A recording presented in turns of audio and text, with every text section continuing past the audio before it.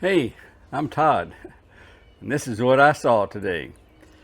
I wasn't even going to have a video for today. I didn't go do anything that I thought was particularly interesting. Didn't have an adventure or trip, nothing like that. Uh, just a while ago, maybe about an hour and a half ago, my daughter and I went out to what we call the squirrel table and to put some feed out for the squirrels and the birds and stuff. Don't run. This isn't another squirrel video. Not to worry. So we got that done, and in the back corner of my yard, there's an old storage shed that's really not used for much. It has some stuff in it that we put in there mostly when I moved into this house. That was around 2001, I believe, so 24 years ago. And well, let me show you one of the things that we found in there. I'm going to clean that thing out and start actually using it for a storage shed. And we found this old trunk, and I know that I've cleaned it out. There was a bunch of stuff in here. A lot of it was junk. It was like old pot holders that were rotten, and just old Christmas tree balls, the decorations for Christmas trees, and junk. But there are a few interesting things in there. I'd like to show you some of those. Let's start with, let me get this camera flipped around. This trunk had belonged to Jim, or his name is James Carroll Laird and Ellen Laird. And these were the parents of my wife Deborah. And they had, Miss Laird, I never met them. They both died of cancer in their 40s, and this is before I even met my wife. They had passed away. And there were them, their daughter Lisa, and my wife Deborah, and all four of them died of cancer at a pretty young age. And they lived over in Baytown, right near the industrial complexes, whatever, the ship canal, where all the refineries and stuff are. And Deborah would tell me when she was a kid, they could all the chemicals and stuff in the air, they could smell it. I've done some research, and yes, there is evidence that they're within a certain radius, because they didn't have the regulations, that they do today as far as the emissions of those places. And anyway, so Ellen Laird groomed animals, and she had registered poodles. And this is from the American Kennel Club. It's certified pedigree. This is the documentation of her dog, apparently, who was Miss Pixie the 15th, a poodle. Date whelped March 23rd, 1969. Female, black. The breeder was Mrs. E.A. Broussard. And there's a registration number. And it goes back, the lineage, back 3 generations from Miss Pixie. And Miss Pixie's father was Bittersweet Blackcap, who was born in 10 of 68. And La Jolie Coquine Chanel, born in June of 1968. If we go all the way back, one of the great grandparents, great grandparents, they were all born in like 63 and 64.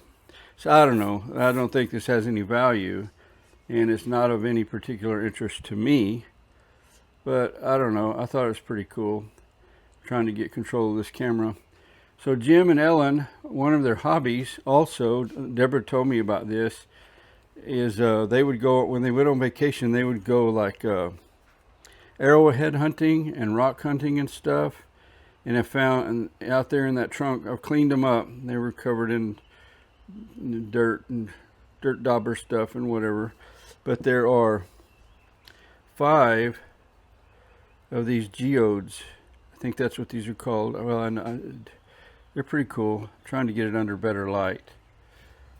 I like this one really. Well, so they would go up into New Mexico, Arizona, Utah, through Colorado, Wyoming, hunting for stuff up in the hills and mountains and stuff. This type of thing. which is pretty cool. Yep. So I probably should have started with this to introduce you to them. That is my father-in-law and mother-in-law that I never met, Jim and Ellen Laird. This is an old picture framed. I've cleaned it up a little bit. I'm going to clean it up some more, and I'll probably hang it up.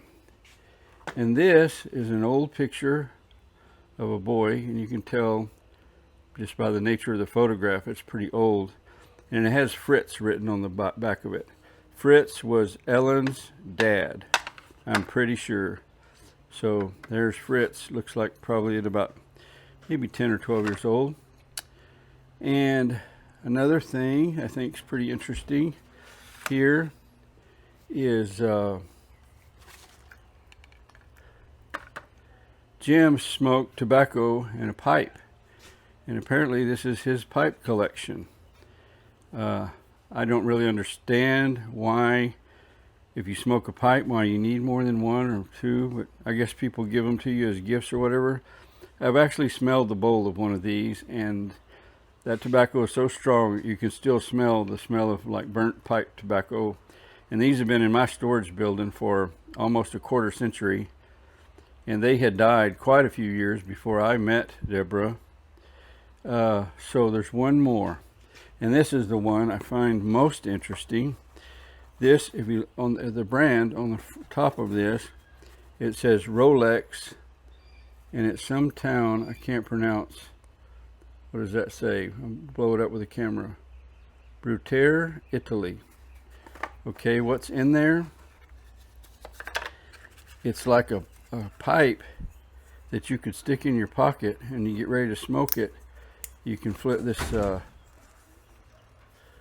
Hang on, I can do this.